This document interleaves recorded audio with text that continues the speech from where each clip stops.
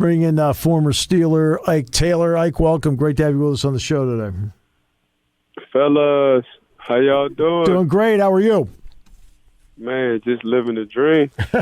Exactly right. All right. So, to me, one of the places you've got to be able to draft is a position that you played in, and that's playing corner in the National Football League. There are a lot of wideouts get drafted. The rules, as Jack Ham tells me all the time on our broadcast, are tilted toward the offense. You know that, Ike. It's tilted toward the offense. So tell me, what does it take to play that spot at corner, and tell me, what are you looking for in college players that you can sense they have what it takes to play that spot? Ball skills. Right now, it's just the adjustment. Like PBUs was cool when I played. If I would have caught half of the passes I dropped, I for sure would have been in the Hall of Fame. But then again, Coach had me checking the best receivers. So, when you playing the best receivers, you got to understand their relationship between the quarterback is, bar none. That's what it is. It's a marriage, So the pitcher being in San Antonio, then being in AB, and then you got Devontae and Aaron. Now Devontae's over there with Derek Carr. You got all these great wide receivers with the quarterback relationship. Joe Montana, Jerry Rice. Like, that's what I had to check. So my PBUs was up there because I had to play man coverage. Like, people don't understand. Like, in Pittsburgh, when Coach LeBeau called the fire zone meant man outside. You got that right. It was man outside with the corners. Inside was the zone coverage part. So for me, how the game has changed, you can't be as physical as you want to be on the outside when it comes to corner. Now, you still can get your hands on the receiver, but you got to finesse it. You can't be as aggressive as we once was. So, okay, how you stop a quarterback from throwing your way as many times as possible, and that's just coming down with the ball. Yeah. So a lot of these great corners who got good ball skills like receivers, that's why you see in this day's draft, the 2022 draft, man, whether you was getting to the quarterback or whether you was a corner, between Derek Stingley and Sauce Gardner, them guys, they're able to lock up and just hold down one side of the field. And between, Sauce and Derek Stingley, we all knew Derek Stingley coming out of LSU, man. Yeah, he kind of maxed out as a freshman. Mm-hmm. Yep. So he didn't need to do anything else his sophomore and junior year, because what you was looking for between the sophomore and junior, Derek Stingley did that as a freshman. Now, Sauce needed to do that at Cincinnati because he had to keep proving himself over and over again. Now we talking my turkey. Yep. So you understand exactly what I'm saying. So, I mean, what Sauce had, Sauce got the height, the speed, he got the IQ, but what Stingley did, then when you asked, who could have played receiver, they said, don't forget, Ike, man, Derek Stingley probably would have been one of the best receivers at shoot. And this is the time where Justin Jefferson and Jamar Chase was playing receiver as well. Yeah. So then you see why he goes so high at number 3 in the 2022 draft. But that's how I look at it, man. You can't be as aggressive from the line of scrimmage. You can't be as handsy. You just can't be. There's certain little things. You can get away with a tug of the jersey for the first 10 yards, but you got to release them after that. Yeah, and that's what I see these good corners doing nowadays. They just got great ball skills. Yeah. So if Revis could have played in any generation. Yes, he could have. No question. Any generation. Yep. So that's because of his ball skills. Yeah. And they wasn't throwing to Revis as much once he started picking the ball off. And even when they did throw his way, he still found a way to find the ball. Yeah. So that's what these corners got to be now. Great ball skill guys. What does it take to now? Let's flip it inside. As today's game continues to keep going in this direction, you see more of it in college where teams are playing a lot of 4-2-5s now. That means the slot corner. What makes a good slot corner to you beyond the ball skills? linebacker. Yeah. Just slot corner, nothing but an extra linebacker. Yeah. So he ain't nothing but a faster linebacker. So your defense is set around your slot corner. So you always have to know where your slot corner is because he's the strength to your defense. Just like to where a tight end is to an offense, Yeah. on the strength side, your corner now is that extra linebacker / your strength guy to that defense. So that's when the Shea Townsend comes in. That's when the Will Gates come in. Now that Mike Hilton left Pittsburgh and he went to Cincinnati, now he's the new guy in the slot.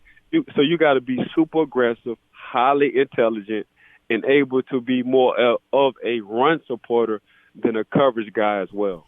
Yeah, because if you're going to play that spot, it's usually going to be the receiver. If it's not a tight end, another receiver. That's the guy that's off the line of scrimmage, which means if you want, you can't press in that spot. It's hard. You can't press in that spot. Corner can press on the outside. It's the hardest position. When you talk about a slot corner, yep, it's the hardest position to play on defense. And it's the reason why it's the hardest position because you're covering from inside out. So the field is wider, the field is longer, you have more ground to cover. So your anticipation skills have to be little to none, damn near like a Spider-Man. Yeah. So how do you think the Steelers ended up drafting? How would you look at their draft when you ended up seeing all the guys they picked? Usually Pittsburgh don't hit on what they want. They hit on what they need. Yeah. And for this draft, I think they got the best of both worlds. They hit on what they wanted and what they needed. And I think the only reason why this happened was because the first 5 draft picks were defensive guys. So that kind of created a domino effect. Usually when we talk about the top 5, we're talking about wide receivers, tight ends, quarterbacks. Offensive linemen, quarterbacks.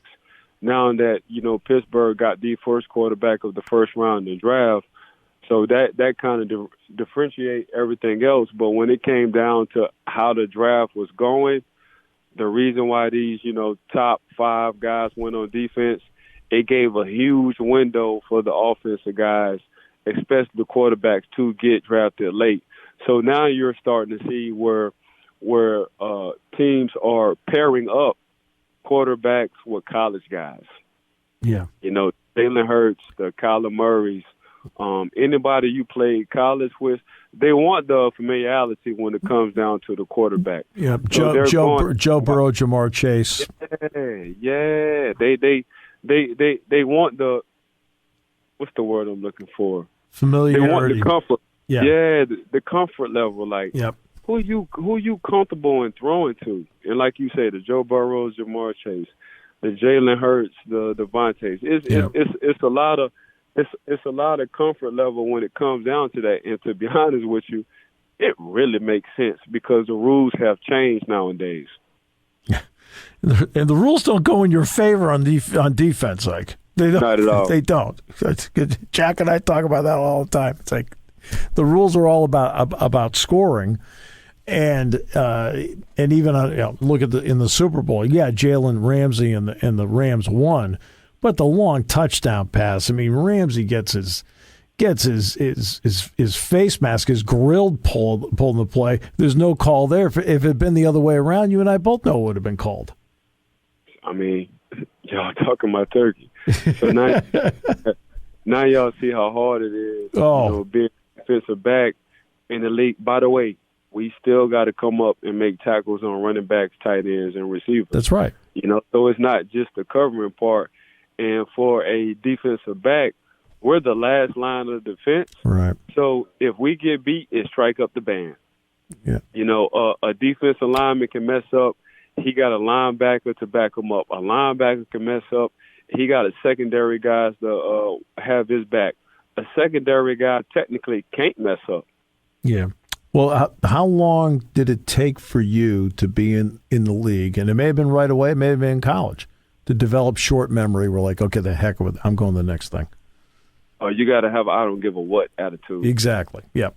You to play corner. Yeah. Just period. Yep. You got to be very edgy. And Coach Tomlin used the terminology, gunfighters get shot. Yeah. And he was talking about the secondary guys. Like, you shoot, you're going to wind up getting shot as well. Yeah. You just can't get shot as many times as you shoot. Yeah. So that's what kind of always stuck in my head. Then having the great Dick LeBeau as your coordinator, having a guy named Troy Polamalu. Yeah. Then you have, which he don't get enough credit, Coach Ray Horton.